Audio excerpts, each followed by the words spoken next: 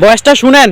এক বাবা এসে বললেন, উমরে ফারুক আমার ছেলে কথা শোনে না, বেয়াদব। উমরে ফারুক ছেলেরে ডাকলেন, বাবা তুমি তোমার আব্বাজানের কথা শোনো না, এটা তো কবিরা গুনাহ। ছেলে বলে, উমরে ফারুক সব দায় দায়িত্ব আল্লাহ ছেলে মেয়েদেরকে দিয়েছে, বাবা মাকে কোনো দায়িত্ব দেয় নাই। উমরে ফারুক বললেন, অবশ্যই দায়িত্ব দিয়েছে। তাহলে বলেন আমার বাবার দায়িত্ব কি? উনি বললেন, প্রাইমারিলি প্রথমত 3 দায়িত্ব। পৃথিবীর প্রতিটি বাবার উচিত ছেলেদের মেয়েদের জন্য ভালো মায়ের ব্যবস্থা করা। 2 নম্বরে সুন্দর তার একটা নাম রেখে দেয়া। 3 নাম্বার তার আল্লাহর কিতাব শিক্ষা দেওয়া। এবার ছেলেকে আমার আব্বা 3টার একটাও করে নাই।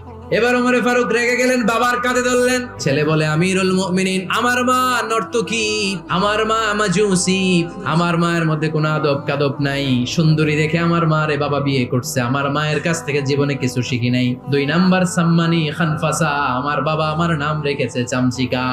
ওয়ালাম ইউআল্লিমনি হারফাম মিন কিতাবিল্লাহ, আমিরুল মুমিনিন শুধু তাই না, আল্লাহর কোরআনের একটা অক্ষর আমার বাবা কোনোদিন আমারে শিক্ষা দেয় না। ওমর ফারুক রেগে গেলেন, এবার বাপের কান্দে দইরা মারতে শুরু করলেন।